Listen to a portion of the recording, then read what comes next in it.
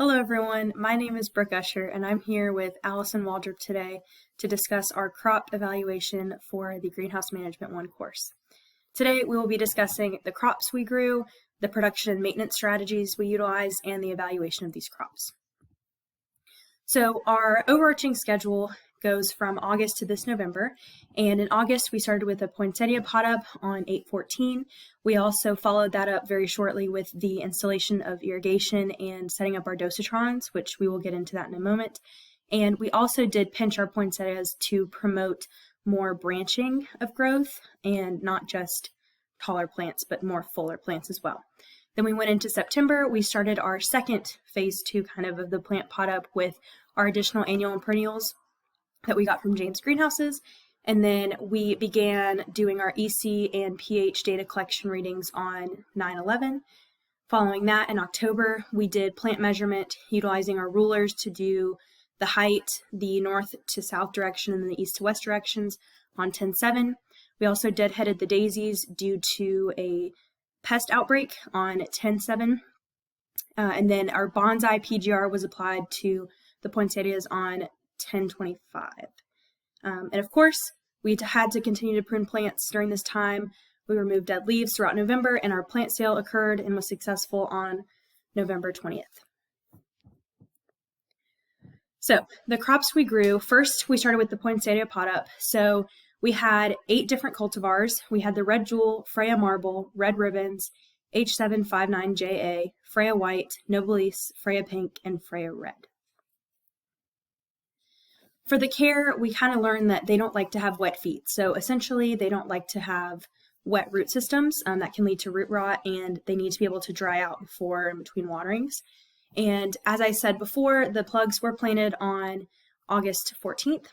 Our target pH range for these crops specifically was 5.8 to 6.2, and the target EC range was about 2.4 millisiemens per something.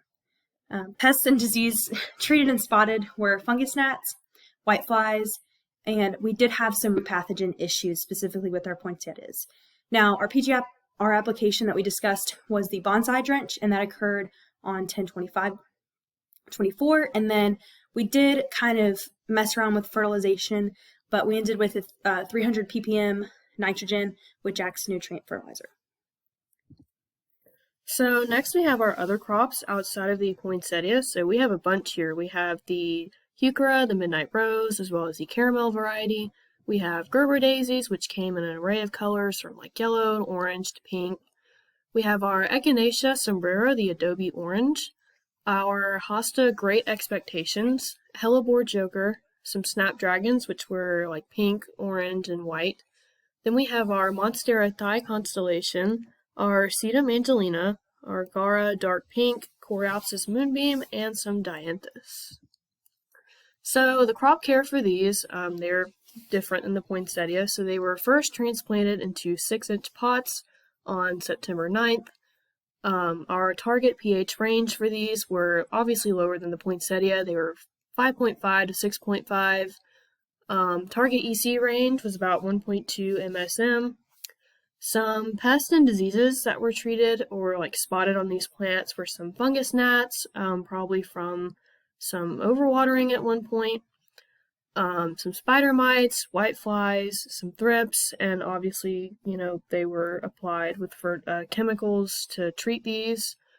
And then they were fertilized also with the Jack's nutrient fertilizer of the 15-5-20 mixture. They were 150 ppm. And our key tasks overall for this project, we wanted to update our spreadsheet with weekly pH and EC measurements. We swapped benches so we would get new plants every week to measure. We also wanted to inspect for diseases and pests to make sure that there were nothing detrimental to our plants. And then we also wanted to update the spreadsheet with weekly plant size measurements, mainly for our poinsettias. We wanted them to be about like 15 inches tall, roughly. And I think they turned out around that size. They did pretty well. Fertilizing and irrigation. So all of our plants were hooked up to a drip emitter system, and they were drip irrigated for around 5 minutes each day.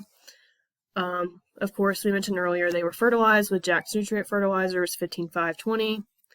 The injection rates for these was 150 for the poinsettias and then 1-200 for the annuals perennials.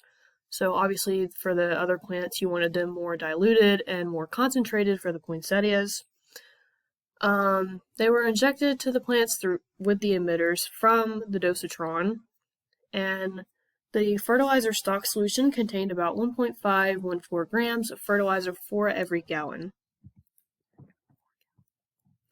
Our outcome. So the good part of our outcome is that most plants survived and grew vigorously up until our plant sale date. They did very well, despite, most of them, or occasionally some of them, were out of the range for both pH and EC. And our plant sale went pretty well. We raised almost about $4,000, which was our goal to sponsor our upcoming industry luncheon. They also did pretty well, despite, having a few outbreaks of pests and, diseases. And the not so good for our outcomes. So as we approached the sale, we began to see root rot on some of the poinsettias, and a lot of the bracts began to fall off. And then also, not all of our measurements collected during the lab were accurate due to the plant pots not being saturated thoroughly, so it kind of skewed the results a little bit. So our overall recommendations based on the data we've collected and the plants we've grown is to implement a more consistent watering schedule to avoid disease and improve that data collection. We think that it would also be really beneficial to have a list of plant cultivars and bench locations created when those plants are being put into the greenhouse so that we have a clear idea of where things are going and what cultivars we have, because that's not something we really all understood until closer to the end.